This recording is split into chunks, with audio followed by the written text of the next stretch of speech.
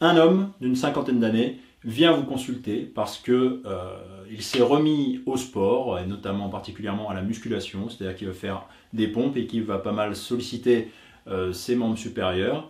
Et du coup, il vous dit que lorsqu'il va... alors il est très content d'aller à la salle de sport et de reprendre une activité physique après toutes ces années à ne pas avoir fait grand-chose. Et il vous décrit une situation un peu particulière, c'est que quand il commence à forcer un peu trop au niveau des membres supérieurs, très rapidement, son membre supérieur gauche va commencer à fatiguer et il va perdre de la force, il va vraiment devoir perdre de la force. Et cerise sur le gâteau, en plus de ça, il va être pris de sensations vertigineuses et d'une sensation qui va s'évanouir à tout instant, ce qui l'oblige à s'arrêter. Et dès qu'il s'arrête, la situation se rétablit, il retrouve ses esprits et il retrouve l'usage normal de son membre supérieur. Il fait une petite pause, il essaye de recommencer à faire des pompes avec une certaine intensité et la situation se reproduit à nouveau. Il va décrire ces phénomènes à la fois de vertige et de sensation de s'évanouir, avec éventuellement des petits sifflements dans l'oreille. Et en plus de ça, il a donc cette fatigabilité, il a cette perte de force dans le membre supérieur. Voilà. Donc, petit cas clinique dont on donnera la réponse à la fin de cette vidéo. Ce que je peux déjà vous dire, c'est que cela a à voir avec l'anatomie de l'artère subclavière et de ses branches collatérales. Donc, c'est ce qu'on va voir dans cette vidéo, anatomie descriptive de l'artère subclavière. Avant ça, voilà, je vous rappelle que je mets à votre disposition les planches anatomiques, les schémas anatomiques de cette vidéo pour vous aider à travailler. Donc, c'est disponible en PDF gratuitement en description de la vidéo. Il vous suffit juste de vous abonner à la newsletter. Allez, sans plus attendre, on va voir l'anatomie descriptive de l'artère subclavière pour comprendre effectivement le petit cas clinique que je vous ai décrit. Allez, c'est parti. L'artère subclavière est une artère qui naît de la crosse aortique directement à gauche et indirectement à droite via le tronc brachiocéphalique, on va le représenter ici. Donc, je représente ici la crosse de l'aorte et du coup, effectivement, l'artère subclavière va naître à droite d'un tronc commun avec la carotide commune, qu'on appelle le tronc brachiocéphalique. Et ici, donc, l'artère subclavière est située ici.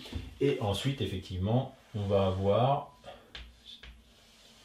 une absence de tronc commun à gauche avec une artère carotide commune isolée à son origine et une artère subclavière gauche qui naît donc de la partie la plus postérieure de la crosse aortique, et ce qui fait donc qu'on a une différence à l'origine entre les deux artères subclavières droite et gauche. Donc l'artère subclavière droite, effectivement on va la représenter ici, la division du tronc brachiocéphalique se fait au niveau de T1 à peu près.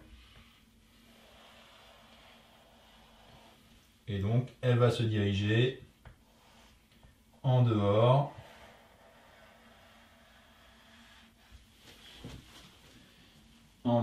comme ceci. Et effectivement, elle va avoir un trajet donc avec à peu près horizontal, mais évidemment avec une courbure qui marque une concavité vers le bas. Hein, donc, comme on peut le voir, je ne l'ai pas précisé, mais ici, j'avais préparé à l'avance un schéma donc de l'orifice supérieur du thorax. Donc effectivement, si vous voulez apprendre à faire ce schéma facilement, il y a une vidéo correspondante sur la chaîne, donc je vous laisse la consulter si vous en avez besoin. J'afficherai le lien en haut à droite de l'écran. Et ce qu'on a oublié de préciser aussi, donc, c'est que l'artère subclavière droite et gauche, enfin les deux artères subclavières, sont des artères qui se destinent aux membres supérieurs, hein, ce sont presque vraiment les artères, les racines artérielles des membres supérieurs. Pour autant, effectivement, elles donnent un grand nombre de collatérales qui vont se destiner à l'extrémité céphalique et au thorax, puisque c'est une artère qui est à cheval entre le territoire thoracique, hein, puisqu'elle sort de l'orifice du thorax, et la région principalement du cou, qui est justement la région qui suit la partie supérieure de l'orifice du thorax. Donc une artère qui se destine au membre supérieur pour son trajet principal, mais des nombreuses collatérales, dont des collatérales très importantes, notamment la vertébrale, qui vont avoir un territoire thoracique ou cervical et même au niveau de la tête, au niveau crânial. Hein. Donc c'est ce qu'on va voir aujourd'hui avec cette artère. Donc on était en train de parler de l'origine des artères. Donc au niveau de la subclavière droite, effectivement, on est à peu près au niveau de T1 lorsque effectivement le tronc brachiocéphalique se divise en deux parties, carotide commune droite, subclavière droite. Et ensuite, ce qu'il est important de noter, c'est la terminaison de cette artère, hein, comme ça on va faire l'origine et la terminaison. Et pour ce faire, on va venir placer ici la clavicule, l'extrémité toute médiale qu'on va réséquer en partie ici, voilà, pour ensuite laisser apparaître justement les différentes branches collatérales qui vont nous intéresser pour cette artère. Et on peut placer ensuite l'extrémité toute latérale de la clavicule, hop, qui s'articule ici avec l'acromion. On peut représenter par la même occasion éventuellement ici l'apophyse coracoïde. Hop, la petite incisure ici en arrière de l'apophyse coracoïde. Et bien on va finir notre scapula ici avec la glène. Hop, hein, qui est piriforme, je vous le rappelle. Voilà, on peut présenter schématiquement, hop, comme ceci, le relief des côtes qu'on n'a pas représenté. Voilà. Donc ça nous permettra aussi de placer quelques trajets vasculaires en lien avec l'artère subclavière. Donc, origine de la subclavière. Donc à droite, elle se situe donc au niveau déjà cervical, elle n'est plus thoracique, alors qu'à gauche, elle va être thoracique. Ce qui fait qu'on a une différence de trajet et de longueur aussi entre les deux artères. Donc ici, on est sur une artère qui fait à peu près 9 cm et ici, elle ne fait que 6 cm. Donc il y a 3 cm qui sont donc intra-thoraciques pour cette artère. Donc ce qui veut dire que quand on fera l'anatomie topographique de l'artère subclavière dans cette vidéo, on aura éventuellement, enfin on aura des rapports différents à l'origine de l'artère subclavière gauche par rapport à la droite. Pour ce qui est du reste, ça ne change pas grand chose. À noter que le diamètre à peu près de l'artère est de 12 mm, voilà, à son origine, et que à sa terminaison, au niveau de justement la terminaison, parlons-en, au niveau du défilé costaud claviculaire ici, on est sur un diamètre qui est de 9 mm. Donc elle se réduit assez fortement sur ces 6 à 9 cm, notamment parce qu'elle va donner, je vous l'ai dit, des collatérales assez importantes, notamment la vertébrale, l'artère vertébrale.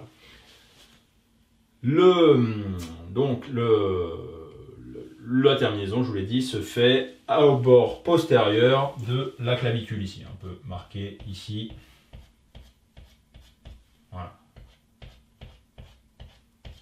Donc c'est une artère relativement courte et effectivement elle se continue par l'artère axillaire qui est elle vraiment considérée comme l'artère, on va dire la racine artérielle du membre supérieur. Mais comme on l'a vu, effectivement, la subclavière n'est pas en reste en termes de distribution au membre inférieur, puisque c'est elle qui se poursuit par l'axillaire. Ensuite, du coup, maintenant qu'on a parlé de l'origine, de la terminaison et du trajet, qui je vous rappelle donc le trajet ici est globalement horizontal et donc à concavité inférieure, et bien effectivement on peut placer également, avant de poursuivre avec les collatérales, on peut placer la carotide commune gauche ici, ainsi que du coup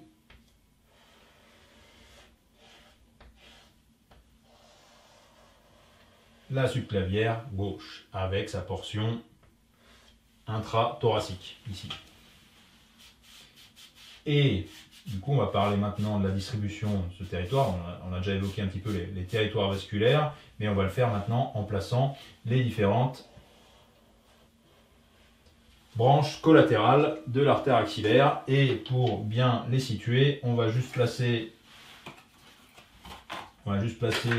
au moins un repère musculaire, à savoir ici, on va avoir le muscle scalène antérieur, puisque en termes de trajet, l'artère subclavière présente à décrire 3 segments différents en lien avec les muscles scalènes. Donc scalène moyen et postérieur en arrière, ici, et scalène antérieur en avant de l'artère, ce qui forme ce qu'on appelle le défilé scalénique ou interscalénique.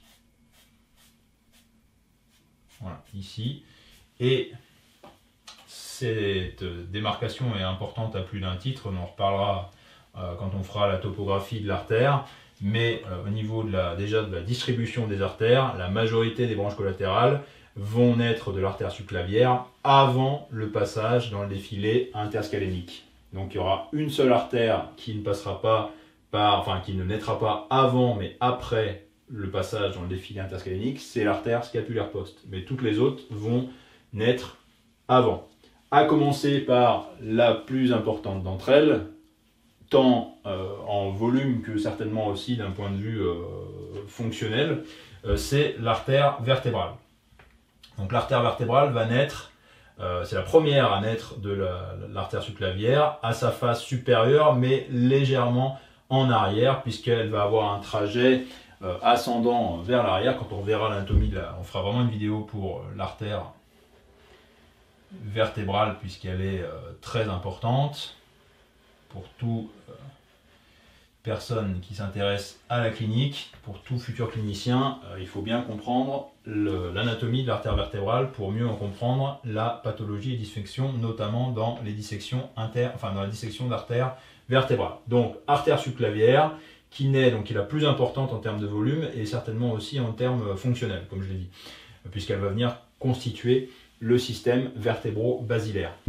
Et du coup, elle va monter, elle va avoir un trajet, on va dire, au début, un trajet qui va être dans la région sternocléidomastoïdienne, sa partie la plus profonde, et elle va se diriger en arrière et en haut et légèrement en dedans, passer en avant de l'apophyse transverse de C7, puis pénétrer dans le canal transversaire de C6, parfois C5, mais principalement C6. Donc, foramen transversaire de C6, et ensuite elle va faire toutes les autres foramen transversaires, donc c'est pour ça qu'elle va avoir un trajet ensuite canalaire, dans le canal transversaire, voilà. Et donc des rapports qui vont avec, dont on parlera aussi dans la vidéo sur la topographie de l'artère vertébrale. Il y a beaucoup de choses à dire sur cette artère. Donc C6, C5, C4, C3, puis C2, et à partir de C2, donc en fait là, si on parle bon, là je ne vais pas vous détailler les segments plus que ça, puisqu'on est sur l'artère subclavière, je m'égare déjà, je parle un peu trop de l'artère vertébrale. On reste sur l'artère subclavière, et juste on mentionne que effectivement l'artère vertébrale, dans son avant-dernière portion, effectivement elle commence après avoir eu un trajet vertical, elle commence à avoir un trajet plus qui est oblique en dehors, et toujours et en haut évidemment, et elle va sortir par le foramen transversaire de C1, et tout de suite elle va décrire une courbure très importante vers l'arrière et le dedans, où elle va venir passer en arrière de la masse latérale de C1, elle va l'épouser comme disait Rouvière, et ensuite elle va se retrouver donc dans sa portion, on va dire au niveau du canal rachidien, où elle va passer effectivement par le foramen magnum, qu'on ne représente pas ici, je représente l'homologue de l'autre côté, et elle va s'unir donc avec son homologue du côté opposé pour former l'artère basilaire ici. Donc voilà pour la principale collatérale de l'artère subclavière. Comme je vous ai dit, on y reviendra. Il y a beaucoup de choses à dire sur cette artère, d'un point de vue anatomique, d'un point de vue pathologique et donc d'un point de vue clinique.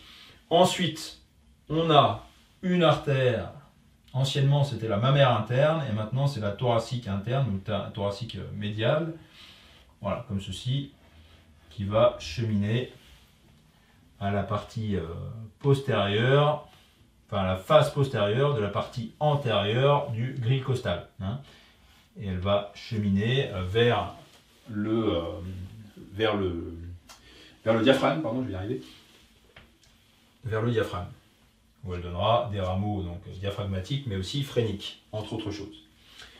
Et pour la plèvre.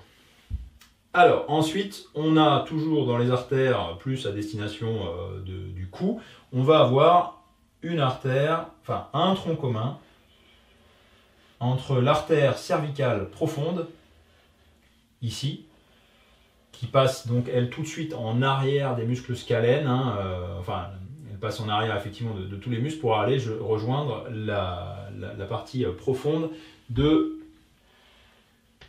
la nuque, hein, dont elle vascularise les principaux éléments. Et ensuite on a une artère intercostale suprême,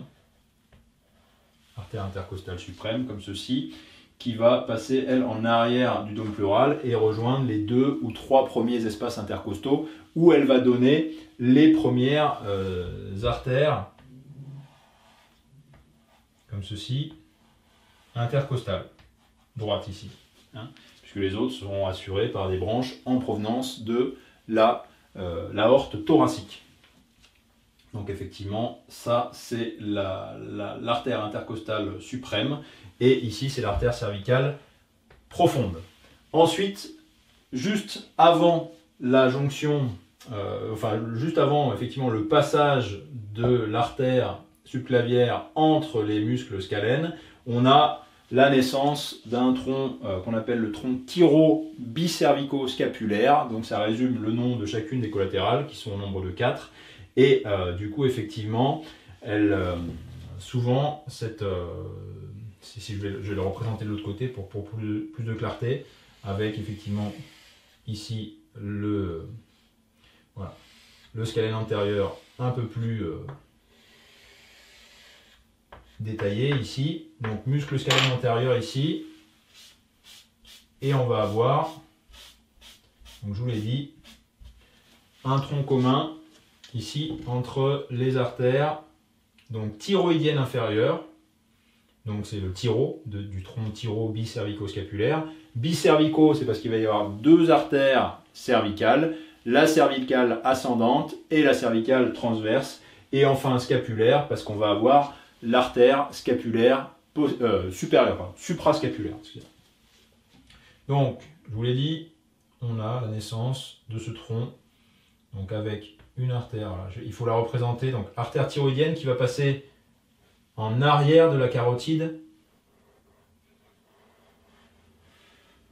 commune, à droite comme à gauche. Là je représente à gauche, mais évidemment c'est la même chose des deux côtés. Donc l'artère thyroïdienne inférieure, ici, donc la supérieure, je vous le rappelle, elle naît de la carotide externe, et on a parfois une artère thyroïdienne IMA ou moyenne qui naît directement de la crosse aortique.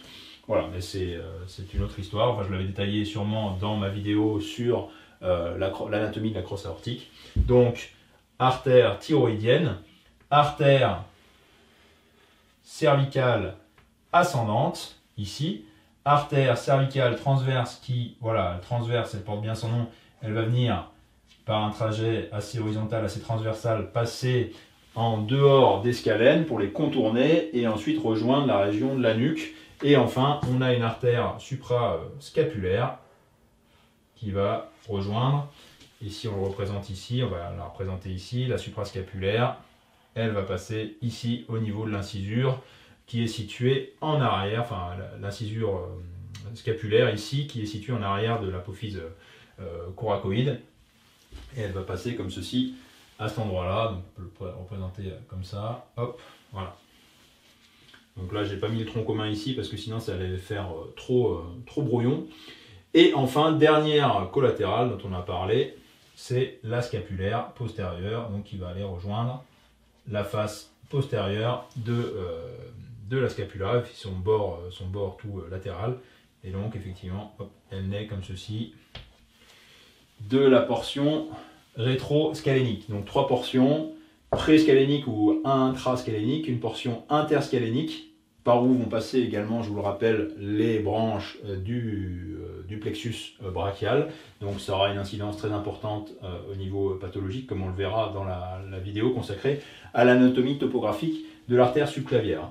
Et enfin, donc une portion rétroscalénique, donc qui est très courte, puisque tout de suite, enfin très rapidement, l'artère subclavière va devenir artère axillaire, mais juste avant, effectivement, en passant ici, elle va donner cette petite artère, la scapulaire postérieure, puis elle va devenir axillaire à la face postérieure de la clavicule. Voilà pour l'anatomie descriptive rapide de l'artère subclavière, enfin des artères subclavières droite et gauche. On va maintenant du coup parler rapidement du syndrome de vol subclavier, puisque justement l'artère subclavière, effectivement, on l'a dit, a pour particularité de donner naissance aux 2 artères vertébrales qui sont les artères principales du système vertébro-basilaire. Effectivement, elles contribuent à former le système vertébro-basilaire. Donc le système vertébro-basilaire prend son origine, on va dire, au niveau des artères subclavières. Et si on représente rapidement à nouveau, donc je vais refaire une crosse aortique très rapidement, très succinctement. Si on reprend le petit cas clinique de ce début de vidéo, cas clinique vraiment sans prétention, c'est juste pour comprendre le mécanisme très simplement de ce Still syndrome, donc de ce syndrome de vol subclavier. Voilà, on représente les vertébrales, très schématiquement, qui se rejoignent l'une avec l'autre pour former le tronc basilaire, enfin l'artère basilaire, anciennement le tronc basilaire. Et donc on a ici le système vertébro-basilaire qui se termine par les artères cérébrales postérieures, mais qui donne également, ce tronc basilaire donne également beaucoup d'artères, notamment les artères cérébelleuses, la cérébelleuse sup et la cérébelleuse moyenne. En général, la cérébelleuse inférieure, elle naît, elle, de la vertébrale, mais ça, on verra ça quand on verra effectivement l'artère vertébrale et l'artère basilaire, donc je vous renvoie à ces vidéos quand elles seront sorties. Et du coup, ce qui veut dire que le système vertébro-basilaire, ici, vascularise, donc déjà, via la vertébrale, au niveau du système nerveux central, elle vascularise la moelle cervicale, le tronc cérébral, le cervelet, et une partie donc, du diencéphale et de des parties des noyaux gris centraux du diencéphale, et surtout aussi la partie postérieure du cerveau, et notamment le lobe occipital et le lobe temporal, une partie du lobe temporal, et cette vascularisation-là, eh bien, effectivement, va avoir des conséquences en cas d'atteinte de l'alimentation de ce système vertébro-basilaire. Et donc, dans l'exemple qu'on avait pris au début de cette vidéo, d'un homme d'une 50aine d'années qui se remet au sport et se décide à faire des pompes et beaucoup travailler sur les bras, et qui, quand il commence à trop forcer sur les bras, commence à ressentir à la fois des faiblesses dans le membre supérieur, faiblesse éventuellement parésie du membre, et donc une grande fatigabilité du membre, mais également va ressentir des phénomènes qui sont plus d'ordre justement vertébro-basilaire, avec par exemple une sensation d'évanouissement imminente, qui peut aller jusqu'à la syncope, c'est parfois décrit comme allant jusqu'à la syncope, et effectivement aussi donc, des sensations vertigineuses, et parfois même ça peut être potentiellement des acouphènes.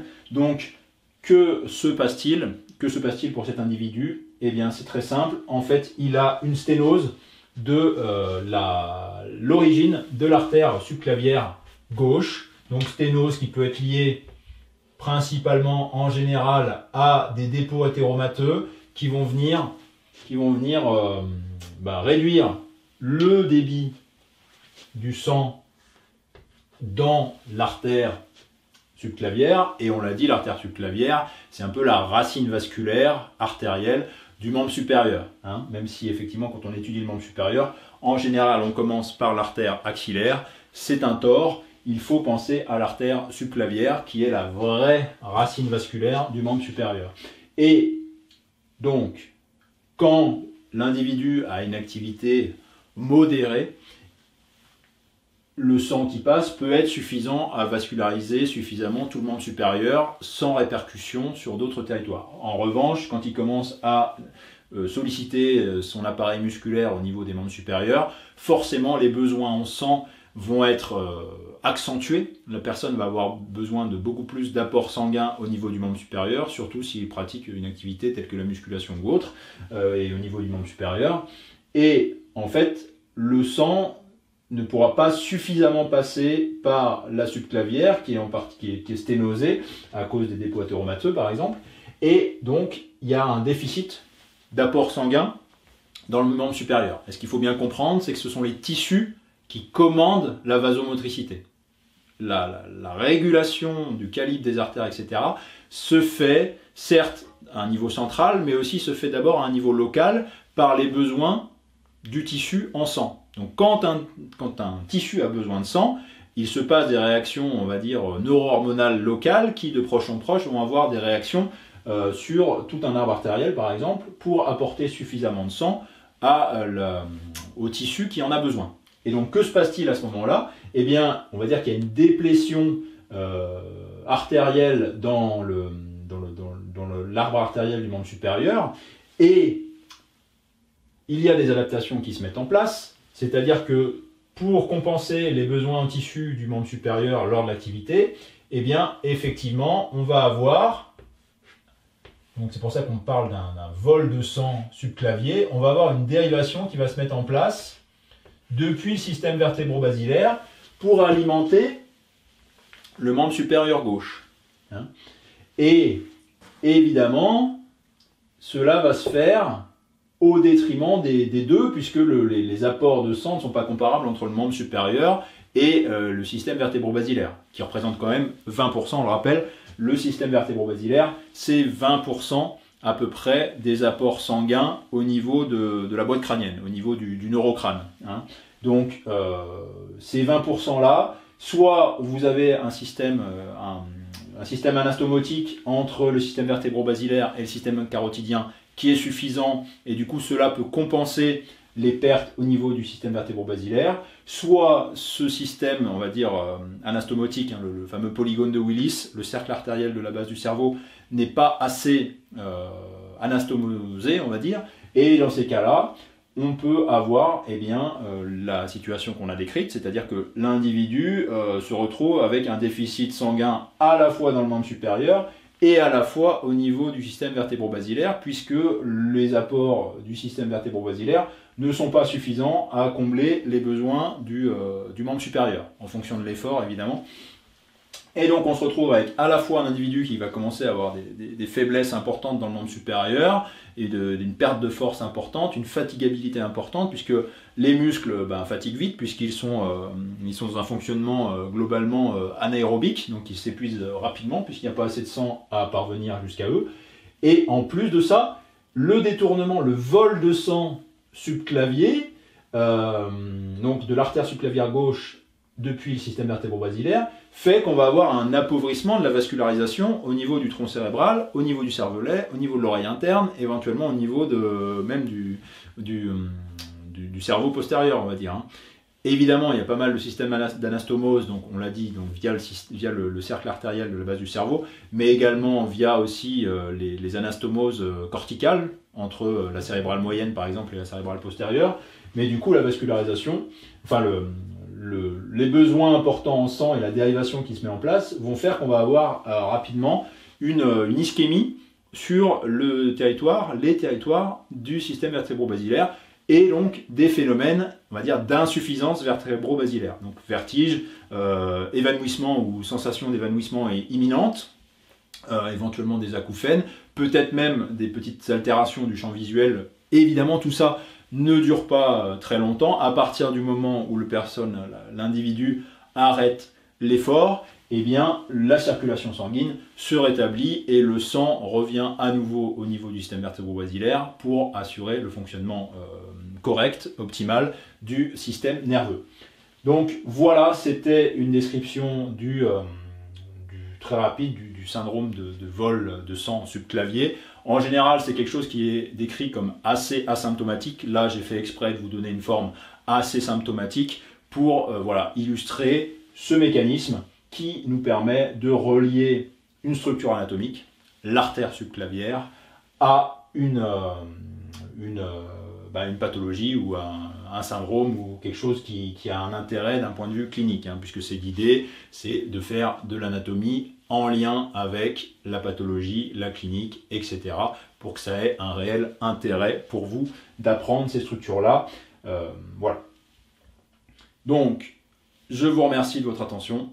Et avant de vous quitter, je vous rappelle que effectivement, je mets à votre disposition les schémas de la vidéo pour vous aider à apprendre l'anatomie. Donc tout ça est en PDF, gratuit, téléchargeable. Effectivement, donc pour ce faire, il y a un lien dans la description de la vidéo. Il vous suffit de vous abonner à la newsletter de la chaîne et vous recevrez le PDF avec la vidéo en question.